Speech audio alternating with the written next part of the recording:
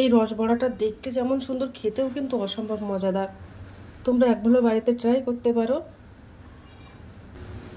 ভেঙে দেখাবো যে কতটা স্পঞ্জ মতো নরম হয়েছে। দেখো ভেতরটা, দেখো কতটা ফাঁপা হয়েছে।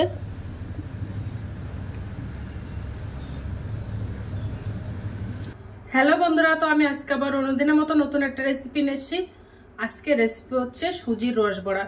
তো চলো আমি এই রেসিপিটা কিভাবে বানাই তোমরা শেষ পর্যন্ত ভিডিওটা স্কিপ না করে দেখতে থাকো। তো চলো রেসিপিটা শুরু করি। প্রথমে আমি একটা গামলা বাটি নিয়ে নেব।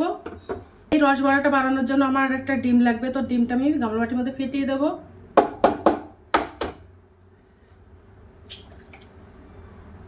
এই রসবড়াটা বানানোর জন্য লাগবে আমার সুজি। তো দেখো আমি এই বাটির হাফ বাটি সুজি নিয়ে নিয়েছি, এর মধ্যে 150 গ্রাম সুজি আছে। সুজিটা দিয়ে দেব। লবণ দিয়ে দেবো, 1 চামচের 4 ভাগের 1 ভাগ লবণ দিয়ে দেব। যেহেতু এটা মিষ্টি তার জন্য আমি একটু অল্প করে লবণ দিয়েছি।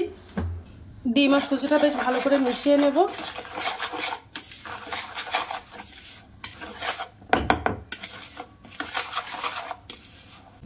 এবার আমি ওর মধ্যে একটু জল দিয়ে দেব, খুব সামান্য পরিমাণে, যেন সুজিটা ভিজে যায় এমনভাবে।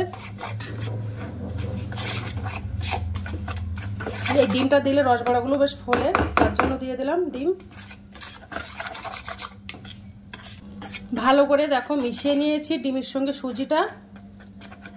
এবার আমি একটা ঢাকনা চাপা দিয়ে রেখে দেবো 30 মিনিটের জন্য, তাহলে সুজিটা ফুলে নরম হয়ে যাবে। তার জন্য আমি রেস্টে রেখে দেবো সুজিটা।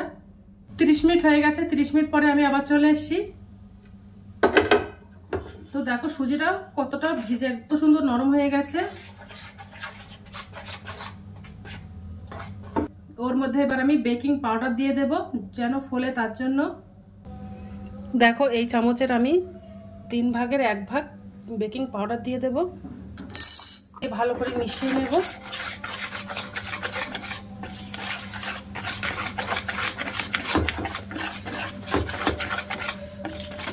দেখো বেকিং পাউডার দিয়ে বেশ ভালো করে ফেটিয়ে নিয়েছি সুজিটা।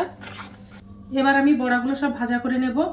তো উনানে দেখো আমি একটা কড়াই দিয়ে দিয়েছি। এবার কড়াইয়ের মধ্যে আমি সাদা তেল দিয়ে দেব। এই সাদা তেল দিয়ে বড়াগুলো ভাজা করব।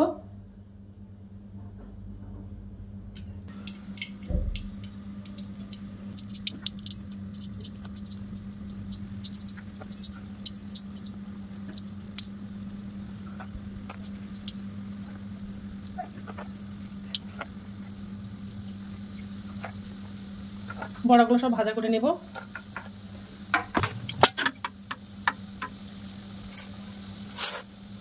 আস্তে বড়াগুলো সব ভেসে উঠছে।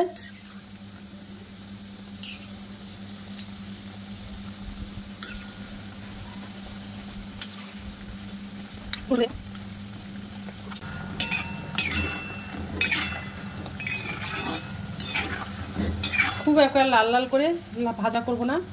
তো বড়াগুলো আমার ভাজা করা হয়ে গেছে। এবার আমি তুলে নেব, একটু সাদা থাকতে তুলে নেব।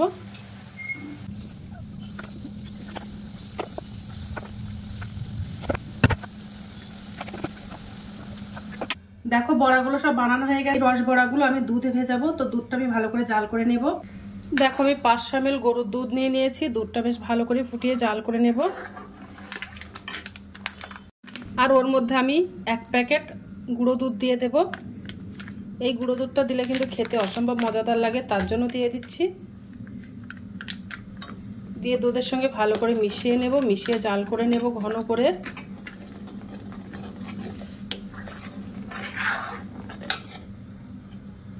এবার আমি ওর মধ্যে 200 গ্রাম মতো চিনি দিয়ে দেবো। আমি তখন চিনি দেইনি, তার জন্য একটু মিষ্টিটা বেশি করে দিচ্ছি।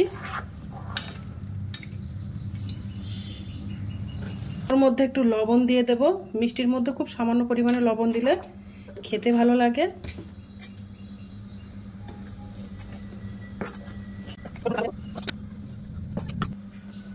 ঘন করে জাল করে নিয়েছি দুধটা ভালো করে। এবার আমি রসবড়াগুলো সব গরম অবস্থাতে দিয়ে দেব।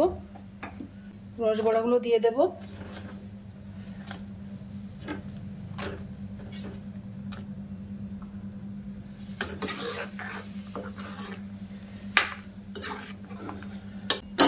এবার আমি রসবড়াগুলো এভাবে ভেজাতে দেব।